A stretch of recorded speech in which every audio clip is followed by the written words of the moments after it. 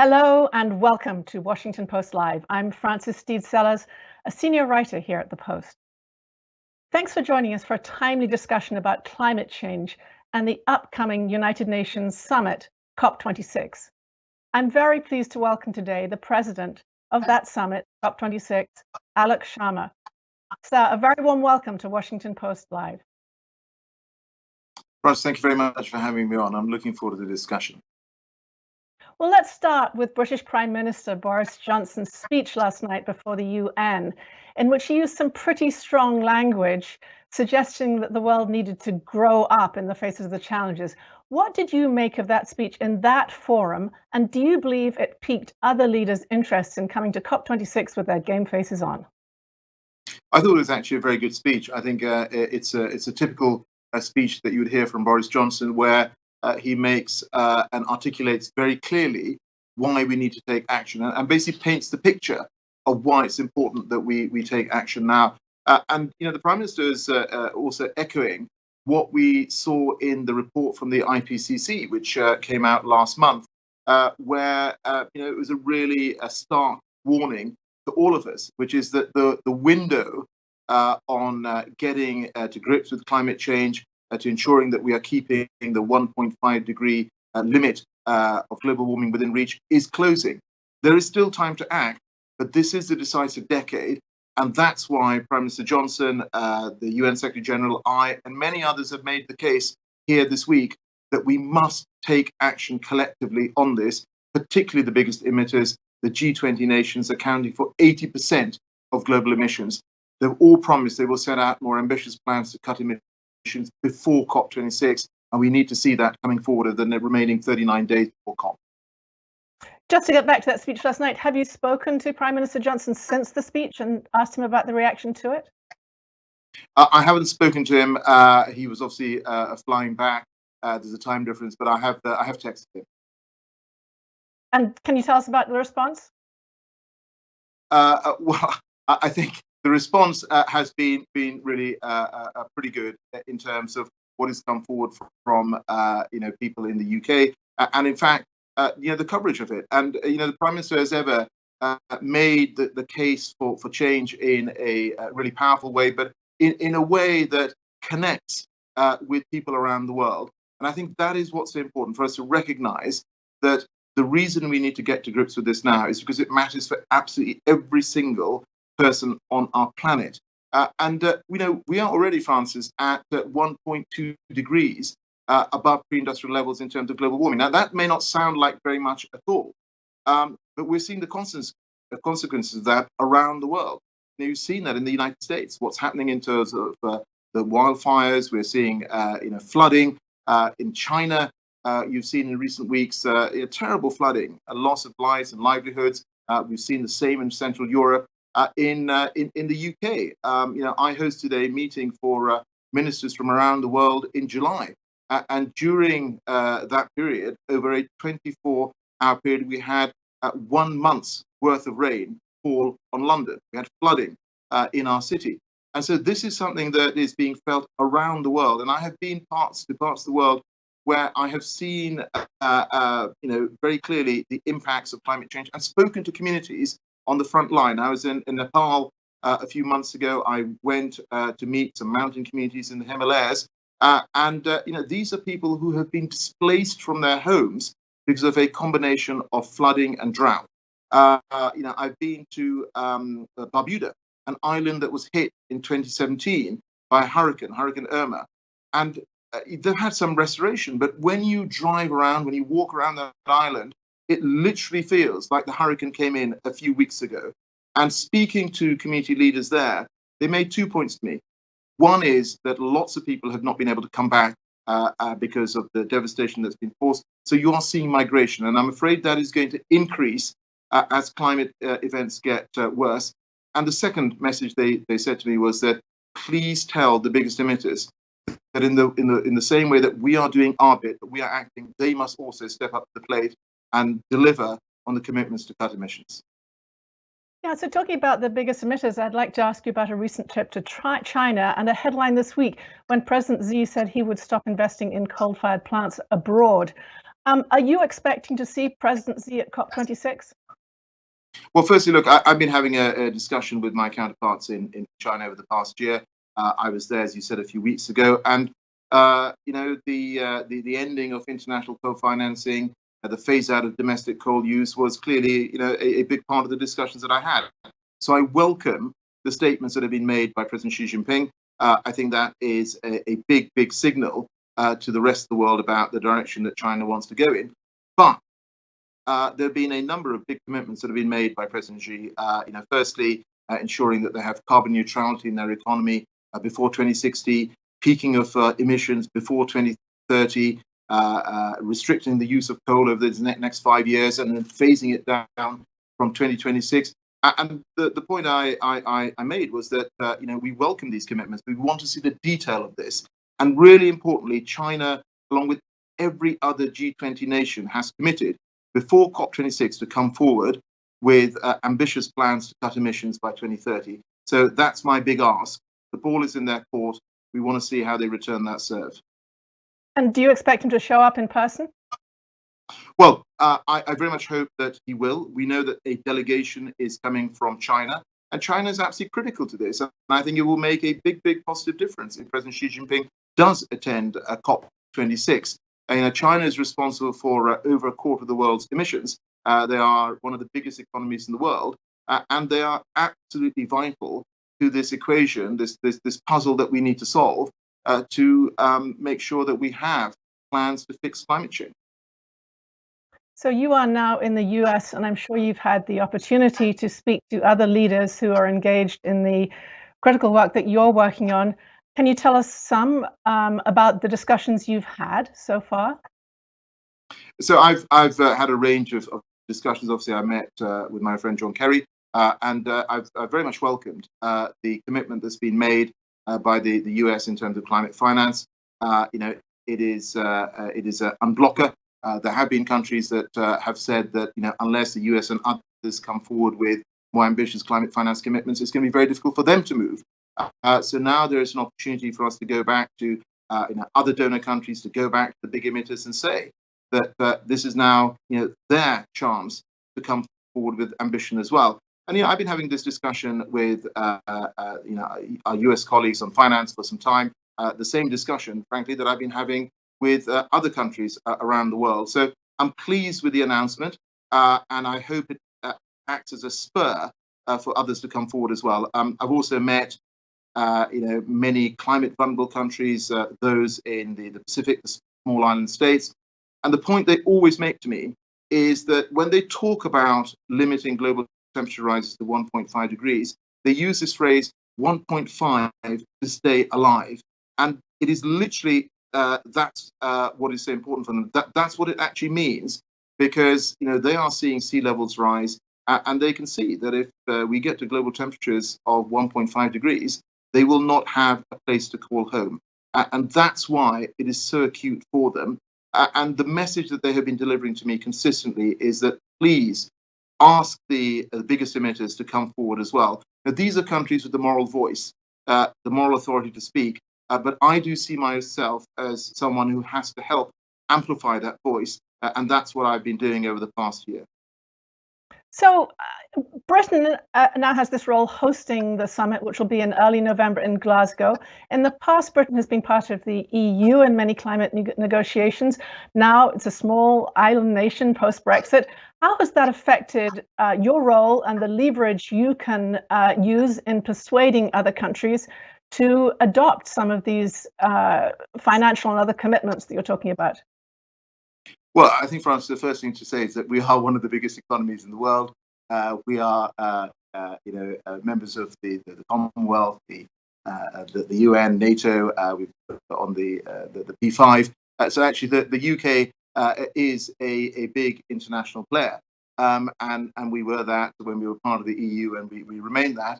But my role as COP26 President is, of course, a neutral role. It is to corral countries together to ensure that we can find a consensus. And over the past year, I have spoken to well over 100 governments around the world, leaders, ministers. I have, in the last 8 months, visited around 35 countries, some of them more than once, in terms of getting that message across. And if you have a look at where we've got to since we took on the COP26 presidency, when we assumed this role, less than 30% of the world economy was covered by a net zero target. We're now 70% of the world economy covered by a net zero target.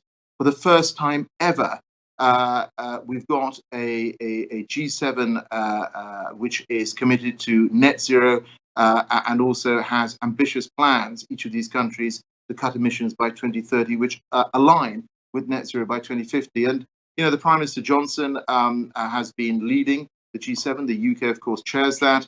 We've seen commitments from all the G7 to say that they will not be financing coal projects internationally. South Korea has done the same. We've now seen the announcement from China. So, we have worked with our friends and partners around the world to shift the dial. But the reality is that we still have a mountain to climb between now and COP26. For me, there are three key asks that I continue to have of countries. One is, please come forward with ambitious plans to cut emissions, and particularly that message is for the G20, which account for 80% of global emissions.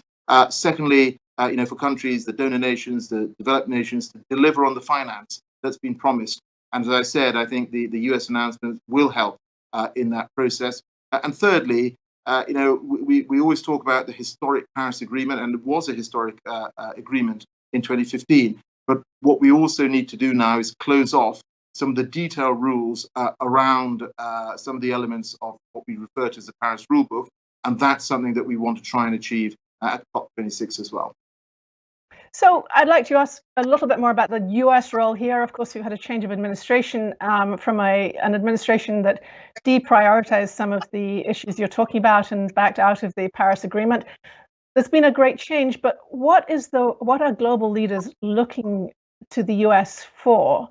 Leadership, finance? What role should the US be playing going ahead? I think all of the above. And I think, as I said, the US has stepped up in terms of finance. John Kerry, I know, has been going around the world as well, taking that message to countries. You've seen the commitments that the US has made in terms of its own 2030 emission reductions targets, net zero by 2050. All that is good. But I think the message here is for every country to play its part. It's not just one or two of us. Everyone needs to play their part. And you will have seen there was a report put out by the United Nations, which was pretty sobering a few weeks ago, which said that if you look at all the 2030 emissions reduction targets that countries around the world have put forward, there are a range of countries that have put forward more ambition, but some still haven't come forward with ambition. You add all of that up, and it says that we will, instead of cutting emissions by 2030, we're going to see a 16% rise in emissions. But the positive aspect of that report was that there are 70 nations around the world, including the United Kingdom, which has come forward with ambitious plans to cut emissions by 2030, and then also have plans to go to net zero and have strategies in place to do this. And if you take the impact of what they're going to do, you would see a 26% reduction on emissions by 2030. So, countries have shown a political will to take this forward and to take action. What we now need is for every country to do that. And my message again is very clear. It is the G20. That is what the climate vulnerable countries also want. We recognize that that's where we need to have more delivery. And I hope that will come forward before COP26. So just one more question about the US. Having seen these changes, these about faces on Paris and other climate commitments over the past few years, do other countries have faith that the US, in the longevity of the US commitments? And do you have faith? Look, I have confidence that President Biden, my friend John Kerry, are going to deliver on the commitments that they have made. And I think it's vitally important that they do so. I look to the UK, for instance. Over the last few years, we have developed a political consensus across all the major parties that tackling climate change is vitally important, that we can demonstrate green growth. In our country, we have managed to grow our economy, our GDP, by almost 80% over a 30-year period, and yet we managed to cut emissions by over 40%. So UK is very much a poster child for green growth. We've now got the biggest offshore wind sector in the world. It is possible to do this. And what I'm really encouraged by is that when I've gone around the world, is the private sector is singing from the same hymn sheet as governments, as civil society now. And you're seeing a huge enthusiasm from the private sector as well to drive change. And I think that will make a big difference in the US and in other countries. So as we're seeing new climate pledges coming in from countries around the world in advance of COP26, how confident are you that they're based on solid data about their own emissions? Well, so one of the issues that we need to close off the Paris Rulebook is on transparency, where precisely this point is that you have countries making commitments. We then want to see them providing the information in terms of transparency as to what progress they're making.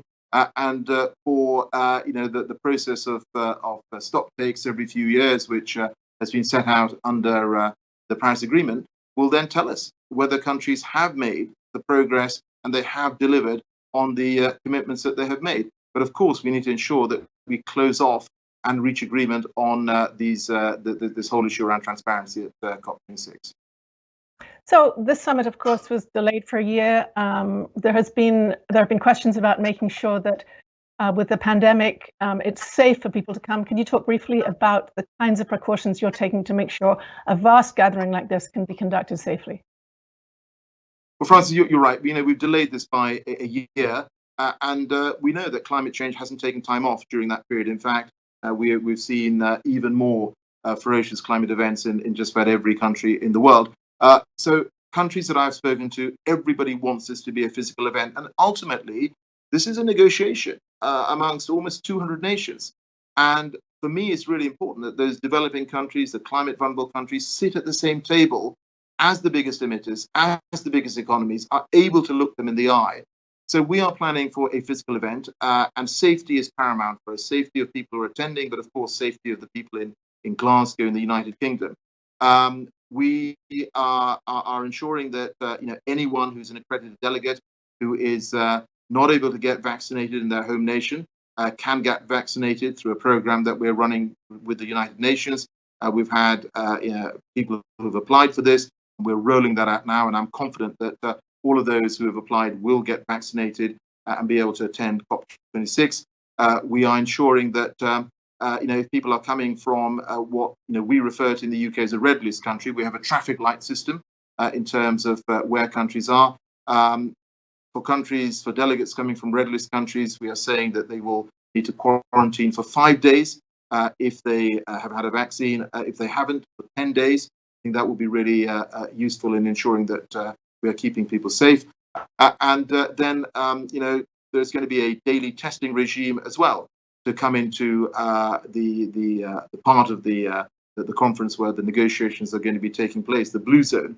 And there are a range of other measures that we're putting in to make sure that this is a safe and secure event. And I just make this point, which is that any country that has organized a COP knows just how challenging, even in normal times, it is to organize an event of this magnitude. And we're doing this with COVID looming over us as well. And I've been very pleased by the conversations I've had with ministers around the world who have acknowledged the fact that the UK has really stepped up to the plate, and that we are doing a lot to ensure that this event can go ahead physically, and it's really important that it does. So given those measures, the vaccination and the quarantine, is there any truth to climate activists' concerns that poor nations won't get there and that this summit could actually increase inequities? Well, I think if you look at what nations have said, particularly climate vulnerables, they've said they want this to be a physical event. And we are ensuring that people who need to get vaccinated are getting vaccinated. We're working to make sure that, particularly those in countries that are somewhere away, and for instance in the Pacific, which we are working with them to ensure that they are able to attend. And certainly from the statistics that I've seen in terms of countries coming, I'm confident that we will have people who want to come. They will be able to attend. We've already got 100 world leaders who have committed to come in person. I think we will see more than 100 world leaders coming. So we are ramping up efforts to make sure that this is as inclusive a COP as possible. And for me, that's really vitally important that this is an event where everyone is able to come together and have their say. So you've mentioned your meetings with the climate envoy John Kerry and Biden's commitment. How are you persuading other countries to take on those sorts of commitments? What's your language to them? Well, my language has been very consistent, and I think people have appreciated that the UK ask has been entirely consistent in terms of emissions reductions, in terms of finance from donor nations, in terms of countries coming forward with plans to adapt to climate change, and of course working with them so we can try and find some landing grounds ahead of COP26 on these complex rules that we need to agree ahead of COP26. I have done a lot of listening, and I think it's really important as a neutral presidency that we listen to what countries have to say. I've also been very clear that where countries have taken positive action, where they've made commitments, I've been very happy to acknowledge that in public. But of course, you are able to have in this role a opportunity to have very frank discussions with countries about what they need to do, and that's what I've been doing. Now, ultimately, every country I talk to recognizes why this is important for them to do this for themselves, for their own populations, let alone for the rest of the world. So what they now need to do is to show that political will at the leader level and make those bold commitments. And I think, as Prime Minister Johnson underlined in his speech to the UN General Assembly, this is not a zero-sum game. You can cut emissions. You can have a healthier world at the same time as growing the economy, at the same time as having green jobs. And that's the future, is building back better, building back greener, that I want to see around the world. So I'd like to ask you about ESGs, the economic, social, and governance factors that companies can use, but particularly about transparency, which is what you talked about earlier on. How can we be sure that there are measurement standards that companies adopt and use going ahead when they claim to be ESG compliant? Yes, so Francis, I think this is a very important point. In the same way that, as we've just discussed, we want to have confidence that countries are delivering on the commitments that they've made. We obviously want the same from companies. We've been running a UN campaign called Race to Zero, which companies sign up to, and they commit to go to net zero by 2050. But this isn't some sort of vague commitment. This is based on science. The commitments showing they have to demonstrate what they are going to do in the near term as they build out to 2050. This is a campaign which has had lots of companies, the biggest companies around the world, sign up to. We are seeing non-state actors, cities, regions, universities sign up to this. And also, finance is a vital part of this. So we've been working with Mark Carney, the former governor of the Bank of England, who is Prime Minister Johnson's private finance advisor on COP26. And, with our teams, we have now got around $90 trillion of assets committed to go to net zero by 2050. I mean, that is really, really big. But what we now need to do is ensure that those funds can also find their way to developing countries. We know that it is going to need trillions of dollars a year to ensure that we have climate resilient infrastructure and projects around the world. There is a wall of money out there. We now need to work together with the multilateral development banks, together with governments, to ensure that we connect the capital with the requirement for projects around the world. I have time for just one question, and I'm afraid it has to be a brief answer. How will you measure success? What has to happen out of COP26 that will say that was a successful summit? We need to be able to credibly say that we have kept 1.5 alive. And the way that we are going to have to do that is look at the commitments that have been made. And then if there is a gap, we have to set out as countries how we're going to close that gap in this decisive decade. I mean, basically, time is out. There are not going to be any second chances, Francis, so we have to get this right at COP26. President Sharma, time is out. Those are pretty sobering words to take away from our discussion. Thank you so much for joining us today. Thank you so much. That's all we have time for, although I had many more questions I would have loved to ask President Sharma. Thank you for joining us. If you'd like to see more from Washington Post Live, please go to washingtonpostlive.com, where you can register for upcoming events. I'm Frances Steed Sellers, and thank you.